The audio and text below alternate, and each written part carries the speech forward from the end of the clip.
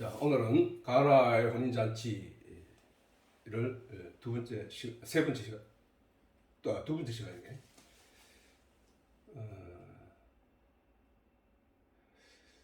그래서 한 번은 유튜브가 안 돼가지고 못 올렸고, 또 한 번은 또 물진 다녀오느라고 못해서 예배를 못 드렸으니까 오늘 자세히 한번.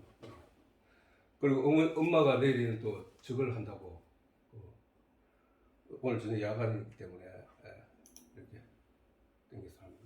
자, 같이 한번 읽어보자고. 시작. 사흘 되던 날에 갈릴리 가나에 혼인이 있어 예수의 어머니도 거기 계시고 예수와 그 제자들도 혼인의 정함을 받았더니 포도주가 모자란지라 예수의 어머니가 예수에게 이르되 저희에게 포도주가 없다 하니 예수께서 가라사대 여자여 나와 무슨 상관이 있나이까 내 때가 아직 이르지 못하였나이다. 그 어머니가 하인들에게 이르되 너희에게 물선 말씀을 하시든지 그대로 하라 하니라. 거기 유대인의 결례를 따라 두세 통 드는 돌 항아리 6이 놓였는지라. 예수께서 저희에게 이르시되 항아리에 물을 채우라 하신즉 9가지 채우니 이제는 떠서 연회장에 갖다 주라 하시매 갖다 주었더니 연회장은 물로 된 포도주를 맛보고 어디서 났는지 알지 못하되 물도온 하인들은 알더라. 연회장이 신랑을 불러 말하되 사람마다 먼저 좋은 포도주를 내고 취한 후에 낮은 것을 내거늘 그들은 지금까지 좋은 포도주를 두었도다 하니라. 예수께서 이 처음 표적을 갈릴리 가나에서 행하여 그 영광을 나타내심에 제자들이 그를 믿더라. 자, 아까 지난주에 요 앞에 포도주가 모자란 것까지 얘기를 했지. 자, 포도주가 모자란다는 것은 내가 얘기했듯이 신랑이 그 혼인 잔치를 위해서 반드시 준비할 내용이었단 말이야, 그지? 만약에 며칠씩 계속 잔치를 이어가는 저 시대 저들의 문화 속에서 저것이 만약에 그 포도주가 떨어지면은 그 연애 자체가 끝나는 거란 말이야. 근데 자, 여기서 잘 보면은 이게 포도주가 떨어졌다고 얘기했을 때 그 포도주가 떨어졌다는 건 내가 뭐라고 그랬지? 모든 성경 말씀은 저기서 하나님이 그 성경을 우리에게 주실 때 가나의 혼인잔치가 있었는데 예수님이 거기서 물로 포도주가 떨어지니까 예수님께서 포도주로 물러가지고 포도주를 만들었어. 그 예수님의 능력이 대단하지 않아? 이걸 보러 간 게 아니라고. 계시는 그게 아니고 계시라 하는 건 뭐야? 계시. 이 내용으로 인하여 하나님의 어떤 내용이 거기 들어있단 말이야. 하나님의 어떤 뜻이 거기 들어있다는 것을 알라는 거거든. 그게 계시지. 기적을 행한 것은 행하는 행위 그 자체란 말이야. 그러면 여기에 뜻이 뭐냐? 포도 열매를 맺지 못해서 포도주를 준비하지 못했다는 것은 뭐냐? 하나님이 이스라엘 백성들을 통해서 포도농사를 지었다고 하나님은 성경에서 구약에서 수없이 얘기를 하셨거든. 내가 극상품 포도라를 너희에게 심었는데 너희 마음에 심었는데 너희가 그것을 들포도를 맺으면 어찌미냐? 들포도 맺으면 안 된다 이 말이야. 참포도 열매를 맺어야 된다는 거지.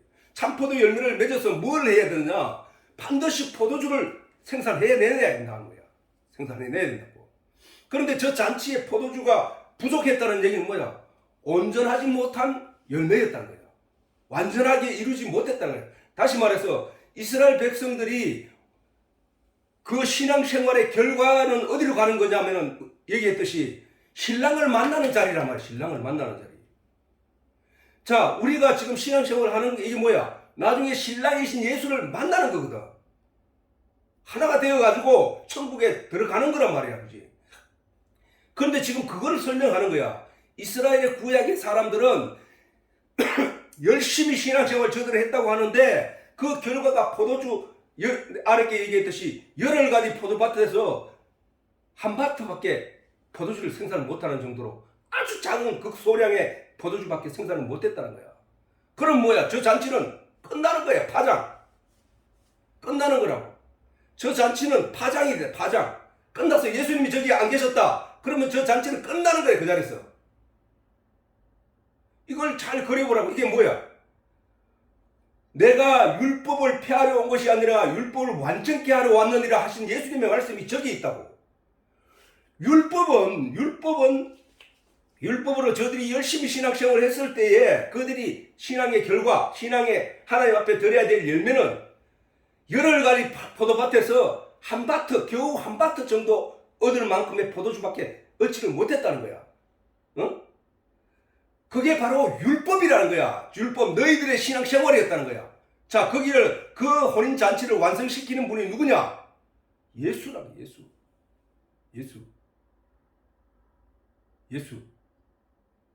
예수란 말이야. 예수. 저 계시된 가나 혼인잔치를 통해서 하나님이 우리에게 하시고 싶은 말씀은 예수가 완성하러 오는 거야. 혼인잔치를. 예수가. 포도주가 모자랐던 이스라엘의 신앙 상태, 너희 아비는 마귀야라고 예수님이 일관하셨던 그 유대인들의 신앙 상태가 그들의 결과가 포도주가 모자란 잔치였단 말이야. 모자란 잔치. 그게 율법이라고. 율법.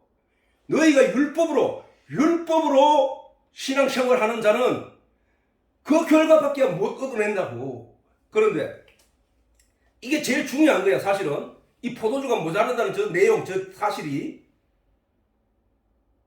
기름을 준비한 5처녀와 기름을 준비하지 못한 5처녀, 덕만 들고 가는 5처녀, 덕만 들고 간 5처녀가 바로 저 유대인들이라는 거예요. 유대인들. 기름까지 준비해 간, 등불을 켜고 등불을 들고 밤에 신랑을 기다릴 때 기름까지 준비해 간 사람, 그 5처녀는 신랑이 왔을 때 함께 천국에 들어갔단 말이야. 잔치집에, 혼인집에, 혼인하러. 장가 오시는 예수가 그 신부를 데리고 들어갔단 말이야. 그게 혼인집에, 혼인잔치에, 천국에 들어갔다고. 그런데 그 기름을 준비하지 못한 그 등불만 들고, 여기 있다고 눈에 보이는 등불만 들고 거기 서 있던 그 5처녀는 못 들어갔단 말이야. 못 들어갔다고. 그 얘기가 똑같은 얘기야, 저게. 신랑이 포도주가 잔치에 왜 풍성이 넘쳐나야 될 그 포도주가 중간에 끊어지냐고, 중간에. 예수의 어머니가 와서 그렇게 얘기하는 거야. 포도주가 모자란다. 그거 왜 얘기하냐? 하나님은 저 얘기를 통해서, 우리에게 그 얘기를 하고 싶은 거야. 자, 그 율법으로는 안 돼. 율법으로는 죄를 깨달을 뿐이야. 너 아무리 밟고 닦고 열심히 했다고 네 의의를 거기서 만들어내도 그거는 무화과 옷이야. 무화과 옷. 마르면 벗어지는, 정작 하나님이 나타났을 때는 그 마른 옷이 다 말라 비틀어져서 속이 다 보이는, 너희가 바로 그 율법의 옷을 입고 있는 거야. 너희가 바로 포도주를 열흘가리 포도밭에서 한 바트 겨우 나는 그런, 열흘가리란 뭐야? 열흘 동안 밭을 갈아야 다 갈 수 있는 밭이 크기란 말이야. 이게 10일 동안 그렇게 큰 밭에서 겨우 한 바트 조금밖에 얻을 수 없는 그런 신앙생활을 너희들이 하고 있는 거야 라고 하고 있다고. 그래서 결국 포도주가 모자라잖아. 잔치집에서. 자, 그래서 여자여 나와 무슨 상관이 있나이까. 자, 여기서 왜 예수님이 자기를 낳은 어머니를 향해서 어머니, 그게 나와 무슨 상관입니까? 라고 해야 되는데, 여자여 나와 그게 무슨 상관이 있나이까? 라고 했다는 사실이야. 물론 여기에 대해서는 여러 가지 얘기가 있을 수 있어. 여자여라는 그 단어 자체가 비하하는 단어가 아니다라는 거. 그게 마담이라는 뜻이다 라는 얘기가 있어.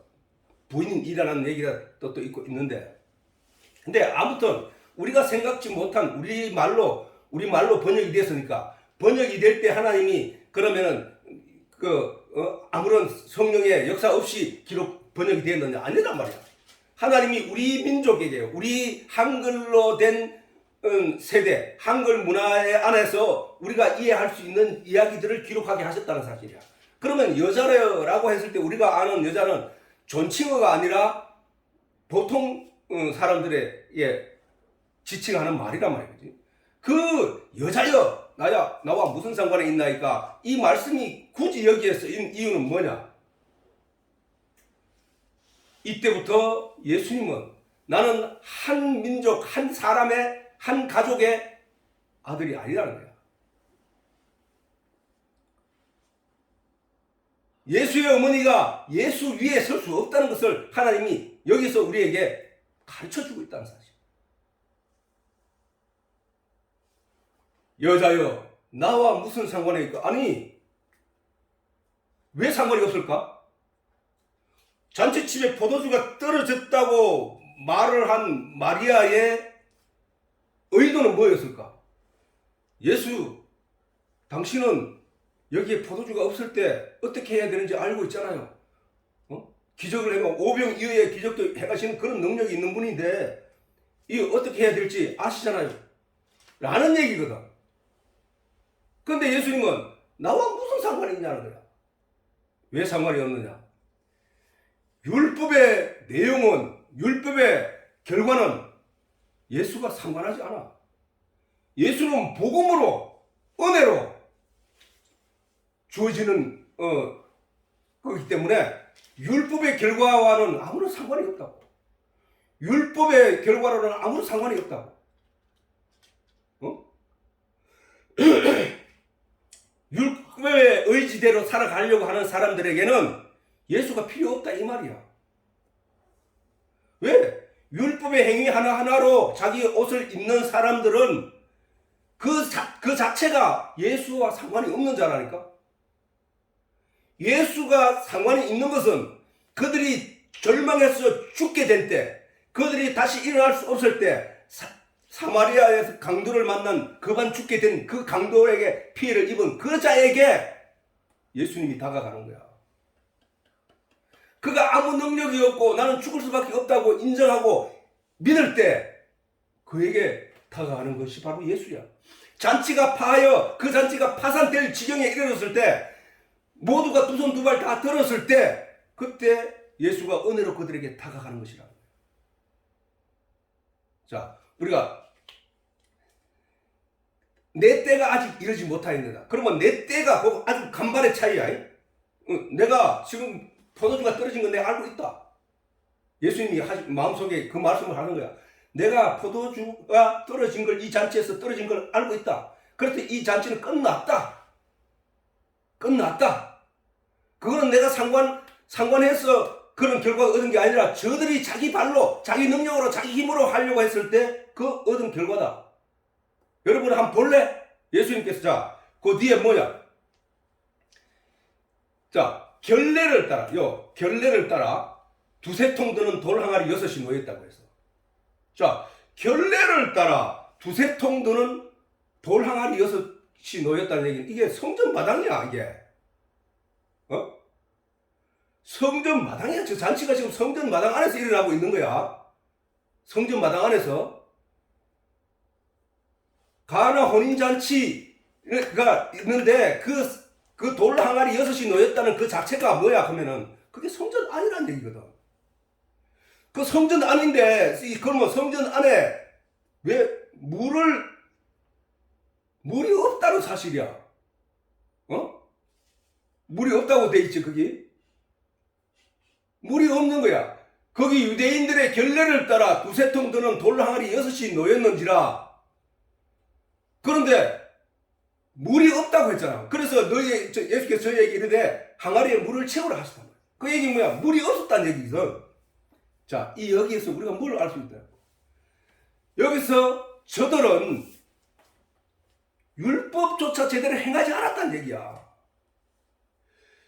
손발을 씻어야 되는 결례, 깨끗할 결자거든. 깨끗할 결자의 예자, 깨끗하게 하는 의식을 행하는 곳이란 말이야. 그게 바로 결례를 행하는 두세 통 드는 돌 항아리 6이 거기에 있는 거야. 그게 우리가 처음에 번제단에서 번제를 드리고 들어가면서 그 높바다라고 얘기하기도 하고 또는 물이 쫙 있어. 그러면 거기 가서 손발을 씻고 그 다음에 성전 안에 들어가서 제사장이 볼일 보는데 그 결례를 행하는 그 동안에가 다 비어 있었다는 얘기는 뭐야?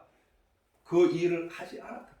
이스라엘 백성들이 신앙 생활을 제대로 하지 않고 그냥 지내왔다는 얘기입니다. 또 한가리 6시 물이 하나도 없는 동아리 물이 또 뭐라 했노? 물은 진리라고 했지.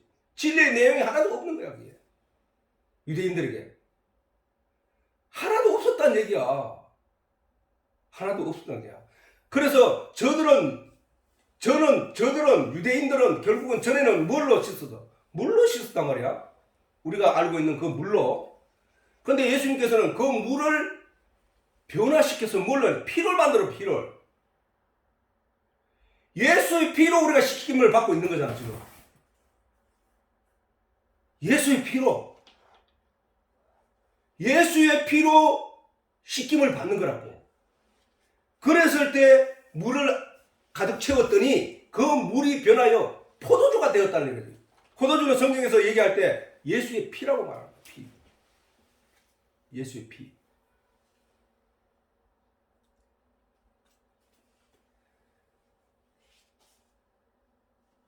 마리아는 너희에게 무슨 말씀을 하시는 그대로 행하라 라고 한 것은 마리아가 예수가 어떠한 일을 하러 오신 줄을 알고 있다는 겁니다. 어떻게 알았을까? 성령이 그에게 임했기 때문에. 예수께서 십자가에 피 못 박혀 죽으려고 이 땅에 오신 것을 알고 있었다는 거야.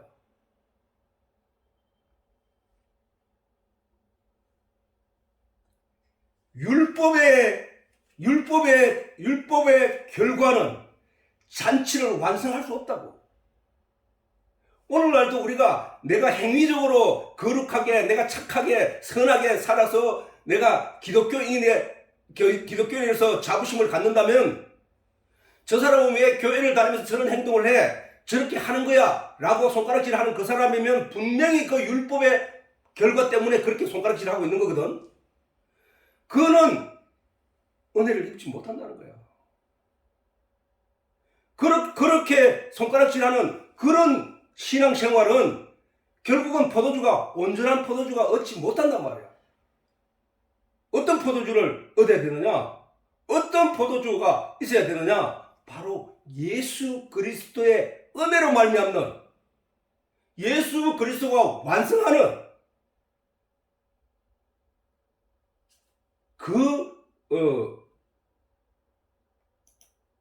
신앙생활을 해야 된다는 거야.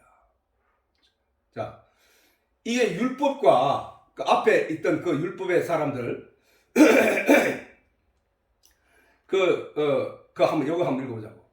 요한복음 5장 2절에서 9절에 있는 말씀인데, 같이 소리 내서 한번 읽어봐. 시작.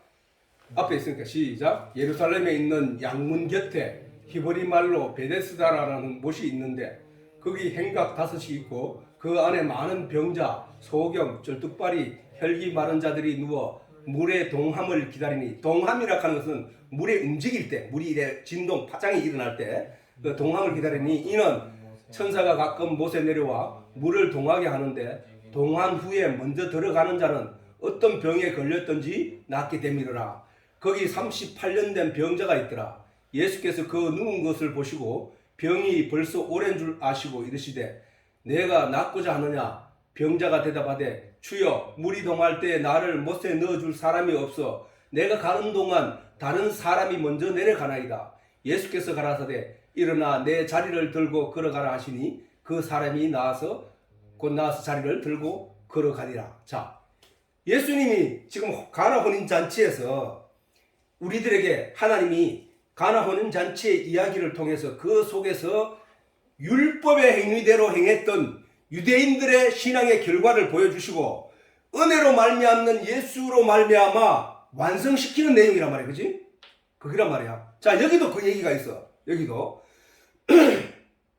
자, 원래 베데스다라는 못이 있는데 거기에 행각 5이 있는데 사람들이 거기에 왜 행각을 지었고 거기에 사람들이 많이 몰려 있느냐 하면은 거기 물이 동할 때, 물이 1년에 한 번 이래 움직일 때가 있는데 거기 물이 움직일 때 제일 먼저 들어간 사람은 낫는다는 거야.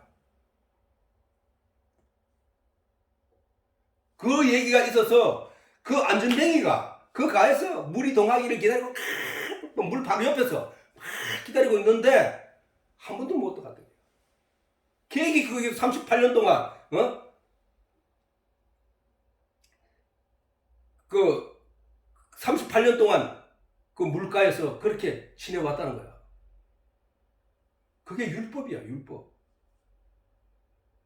율법은 건강하고 힘이 세고 아주 건강한 사람이 제일 먼저 그 물에 뛰어들어갈 수 있겠지. 약점을 가지고 있는 자는 아무도 거기에 들어갈 수 없다고. 먼저 들어갈 수 없다니까. 건강한 사람이 뛰어들어. 그게 율법이야. 자기가 의를 다 지켜 행할 수 있는 그 자만이 그 율법을 통과할 수 있는데, 그 율법을 통과할 수 있는 그 의인은 없나니 하나도 없다고 했으니까 하나님 앞에 그런 자는 없다는 얘기지. 그런데 율법은 아무튼 그렇게 경쟁을 시켜서 누군가가 앞장서서 1등만 살아남는 것이 바로 율법이라는 거예요. 율법. 율법은 뭐야? 율법은 요 밑에 다시 한번 요것도 읽어보자. 자, 야고보서 2장 10절에서 13절 말씀인데, 자, 시작. 누구든지 온 율법을 지키다가 그 하나만 거치면 모두 범한 자가 되나니, 이렇단 말이에요. 율법은. 그렇기 때문에 율법은 하나만 범해도 그는 약자야. 약자. 물이 동하는 곳에 들어갈 수 없는 자야. 약점이 하나만 있어도 혼인잔치를 완성시킬 수 없어. 그게 율법이란 말이야. 지금 예수님이 이 땅에 오셔서 그 마태복음 공관복음을 통해서 그 하나님이 예수님이 유대인들과 대척점에 서서 계속 싸웠단 말이야. 그들과 하나가 된 것이 아니라 그들을 향해서 지적하고 그들을 향해 심판하고 그들을 향해 진노하신 일이란 말이야. 그래서 그 진노하신 예수님이 왜 진노하셨는가를 지금 성경이 설명하는 거야. 지금 계속. 율법은 저렇단 말이야. 율법은 모든 것을 행하다가 그 하나만 잘못하면 모두 범한 게 돼버린다고 해요. 그렇게 사실은 이 세상이 도덕적으로 율법적으로 건장하게 잘 지킨 사람이라 할지라도 사람들에게 손가락질하는 그 순간에 그도 정죄를 받은 거예요. 하나님께. 하나님보다 더 의로우신 분은 없기 때문에 그것을 내가 빚진 자가, 우리가 탕감받은 얘기 알지? 빚진 자가, 한 데나리온 빚진 자가, 10,000달란트를 탕감받은 자가 자기한테 한 데나리온, 아주 적소수의 돈을 안 갚았다고 감옥에 멱살 잡고 때리고 감옥에 가뒀을 때에 그 한 데나리온을 갚지 않았다고 하는, 나는 10,000달란트를 탕감받았는데 한 데나리온 때문에 그거 내한테 갚지 않았다고 화를 낸 그거를 하나님께서 다시 감옥에 넣어뒀단 말이에요.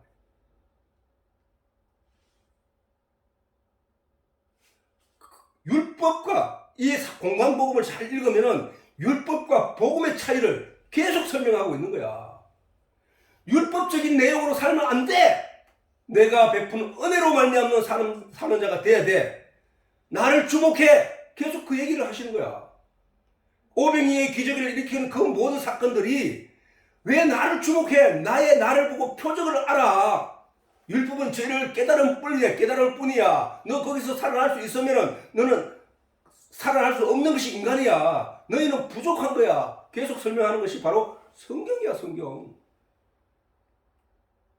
그런데 여전히 내가 착한 일을 해야만 내가 천국 갈 것 같고, 내가 예수는 몰라, 나는 잘 모르겠는데 내 저렇게 살면 안 될 것 같아. 내 생각이 거기에 가미된 그 삶은 하나님의 은혜를 배척하는 자라니까. 우리는 그런 내용을 잘 알아야 돼, 신앙생활. 그래서 간음하지 말라 하신 이가 또한 살인하지 말라 하셨은즉 네가 비록 간음은 안 하였다 할지라도 살인하면 율법을 범한 자가 되기 때문에 너는 죄인이야. 지옥 가는 거야. 라는 거야. 그래서 여기 지금 설명하잖아. 12절. 잘 생각하면서 읽으라고. 너희는 자유의 율법대로 심판받을 자처럼 말도 하고 행하기도 하라. 자유의 율법이 뭐야? 모세가 준 율법이 자유의 율법이야? 아니잖아. 그거는 구속의 율법이야. 인간의 이렇게 하라 저렇게 하라 막 이렇게 조정하는 율법이라고. 근데 자유의 율법대로 심판받을 자처럼 말하라 하는 뭐냐? 예수야, 예수. 자유의 율법, 저게 바로 율법을 완성하는 내용이라고. 저게 예수께서 예수를 믿음으로 말미암아 네가 율법의 모든 것을 행하였다고 이루었다고 내가 인정한다고 하신 하나님의 그 은혜가 바로 율법, 자기의 율법대로 얘기하는 거야. 긍휼을 행하지 않은 자에게는 긍휼이 없는 심판이래요. 긍휼이 뭐야? 남의 죄를 용서하고 남을 불쌍히 여기는 삶이 긍휼의 삶이야.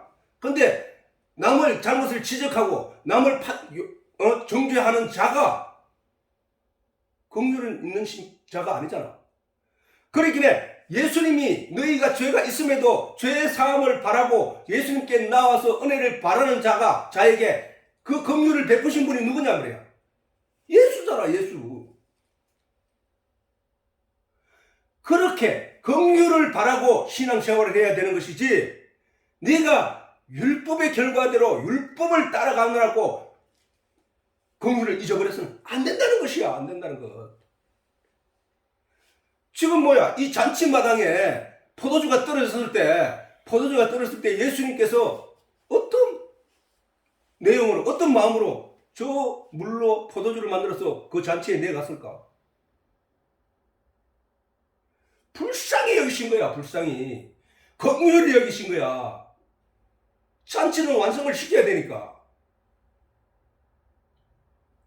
예수님이 우리에게 임하심으로 말미암아 잔치가, 혼인잔치가 완성이 된다는 거죠. 요한복음은 그걸 굉장히 강조를 해서 하나님이 천지 창조한 일주일의 내용을 요한은 바로 그 마지막 안식한 그날을 혼인잔치, 아담과 하와가 만나서 하나 내 살 중에 살이로다 내 뼈 중에 뼈다라고 하는 그 만나서 혼인에 들어가는 그 결과로 이 혼인잔치를 거기에 붙여놓은 거야. 이 혼인잔치는 아가서를 통해서도 그렇고, 그 다음에 그 라합을 통해서도 그렇고, 모든 결론이 그 혼인이야. 하나 되는 곳으로 가고 있다고. 그래서 생산해내는 것이 뭐냐? 생명을 생산해내는 거야. 생명을. 우리는 이 가나 혼인잔치를 그냥 기적을 행한 그 일에 정신이 팔려버리면 안 된다고. 예수님께서 말씀하시기를 오병이어의 기적을 일으키고 난 다음에 많은 사람들이 그 떡과 먹고 그 다음날에 또 예수를 찾아서 여기 돌아다니며 예수님을 따라왔을 때 예수님이 하신 말씀이, 너희가 표적을 본 까닭이 아니라, 너희가 나를 찾는 것은 표적을 본 까닭이 아니라 먹고 배부른 까닭이로다.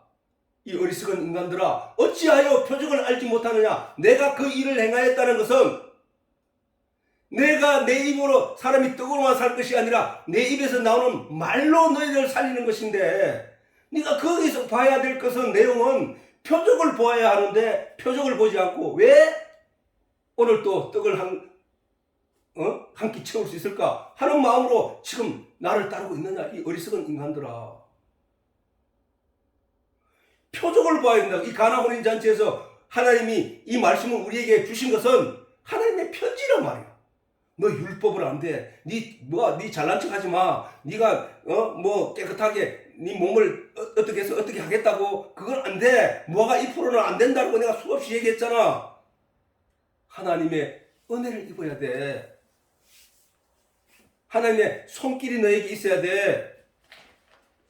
하나님이 거기에 물로 그 결례를 따라 두세 통 거는 그것에 돌 항아리에 물을 채우고 그것을 피로 변화시켜야만, 그걸 포도주로 바꿔야만 너희 잔치가 온전해지는 거야. 지금 율법의 부족함을 복음이 채우고 있는 거야 지금.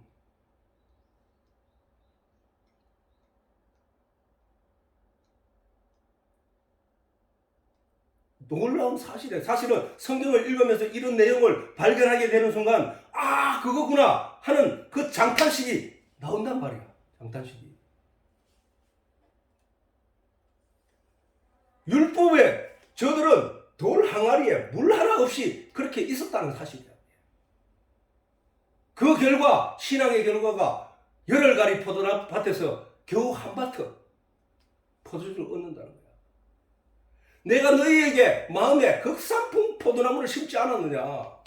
근데 들포도를 맺으면 어찌미냐. 하나님의 진노하시는 음성이 여기에 지금 나타나고 있다는 사실이에요.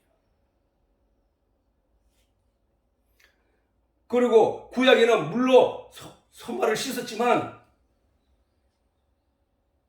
우리가 예수를 만난 이유는 뭘로 씻느냐?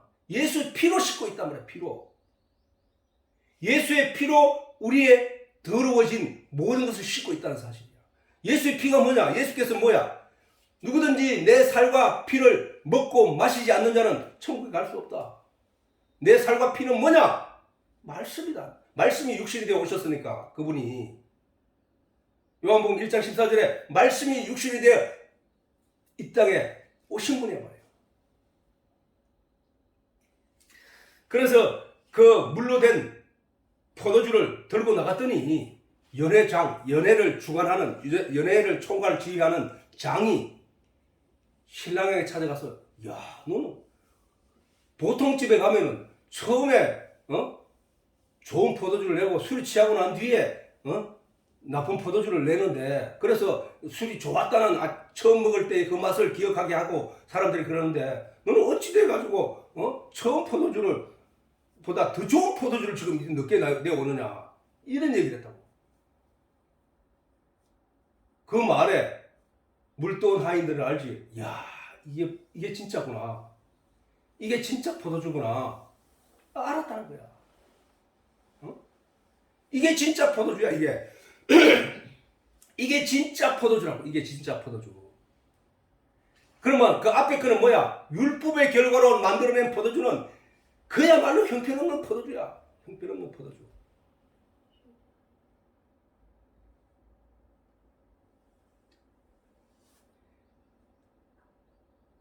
복음의 포도주. 예수 그리스도로 바르는 포도주. 잔치를 완성시키는 그 연회장도 놀라 자빠질 만큼 그렇게 귀한 포도주. 그거는 바로 복음이라는 거예요. 복음. 복음. 누구든지 예수를 믿기만 하면 구원을 얻는다는 이 놀라운 이게 능력. 이게 바로 예수로 말미암는 참포도나 참포도. 그게 바로 하나님이 지어 입히신 가죽 옷이라니까 갈아입지도 않아도 되는 완전한 옷.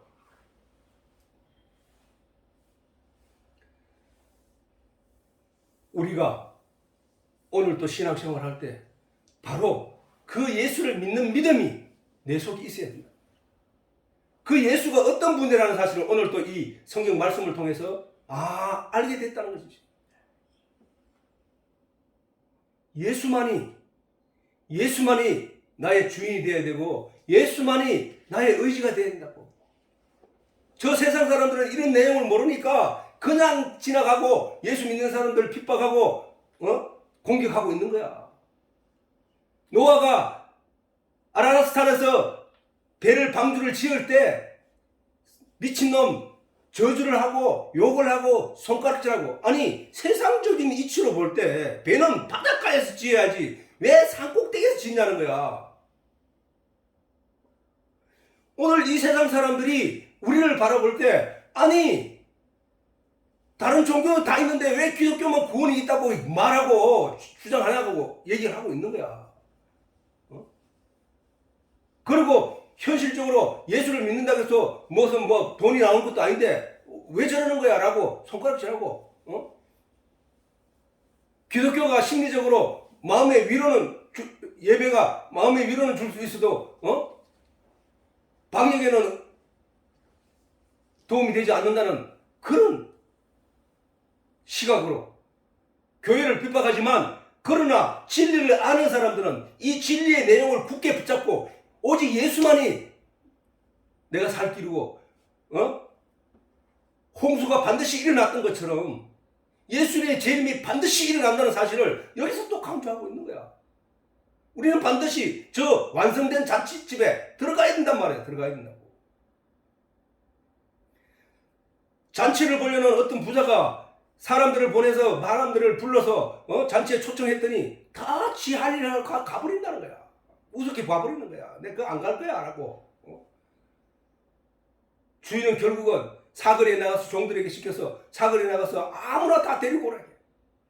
잔치집에 안 들어온 그들은 바깥 어두움에서 심판의 날 이를 갈미 있겠지만 그 잔치에 초청을 받아서 그 불렀을 때 와서 그 잔치 주관자가 예복을 주어서 그 예복을 입고 들어갔더니 잔치가 충만하더라고요. 거기서. 그게 복이야. 길 가다가 그 얻어 걸려서 들어간 사람은 얼마나 큰 행운이야. 우리가 다 그런 존재들이거든. 원래 초청했던 사람들은 이스라엘이야. 하나님께서 유대인들을 택하시고 아브라함을 택하시고 그 후손들을 택하시고 했던 그들이야. 그들은 지 할 일, 지 볼 일 있다고 다 지 맘대로 지 뜻대로 가버렸어. 율법의 껍데기를 들고. 그래서 예수님께서 오셔서 잔치를 설명하면서 내가 너희를 불러들인 거야. 너희가 복이 있는 거야. 우리가 오늘 예수 그리스도로 말미암는 이 복음, 이 결과로 우리가 하나님께 이런 은혜를 입은 거야. 우리가 이 사실을 마음으로 잘 생각하면서 신앙생활을 하기를 바랍니다. 오늘 이 잔치는 얘기했듯이 이 잔치 가나 혼인 잔치는 바로 창세기에 천지창조와 맞물려서 설명하려고 했던 내용이다. 그리고 요한복음을 예수님께서 내가 길이요 진리요 생명이니 나로 말미암지 않고는 아버지에 갈 자가 없다고 하신 그 내용이 지금 바로 그 예수께서 그 잔치를 완성시키는 걸 보았단 말이야. 이제 그 완성시키는 그 내용을 내가 완성시키고 온 자라는 사실을 내가 율법을 폐하러 온 것이라 율법을 완전케 하러 왔다. 자유율법을 너에게 주려고 왔다. 이 내용을 완전케 한다는 얘기 뭐냐 하면은 그 율법으로는 완전하게 안 되더라 이게야. 안 되지.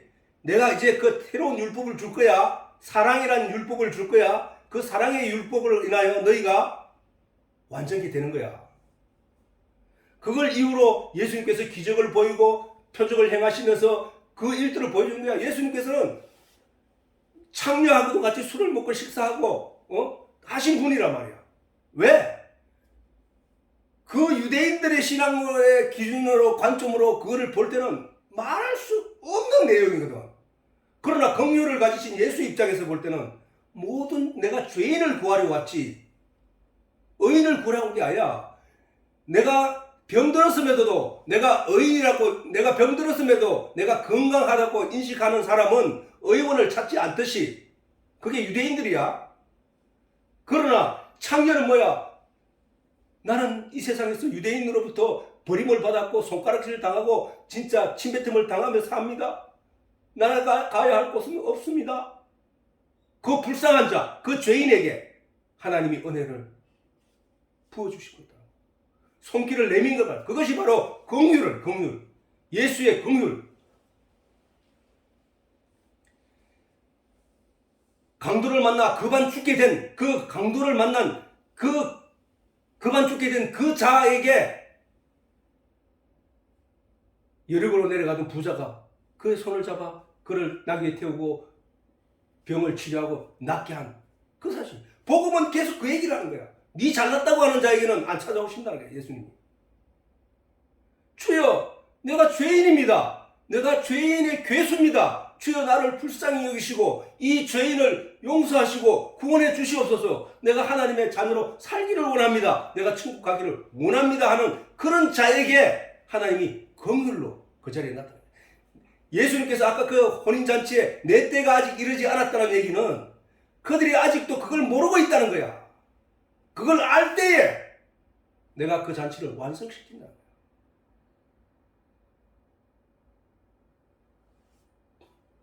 우리가 오늘도 바로 예수 그리스도만이 우리의 구원자이시며 예수 그리스도만이 우리의 삶에 살아있는 동안 마음으로 온전히 기준으로 삼고 따라가야 할 이시라는 사실을 다시 한번 생각하는 귀한 시간을 되기를 바랍니다.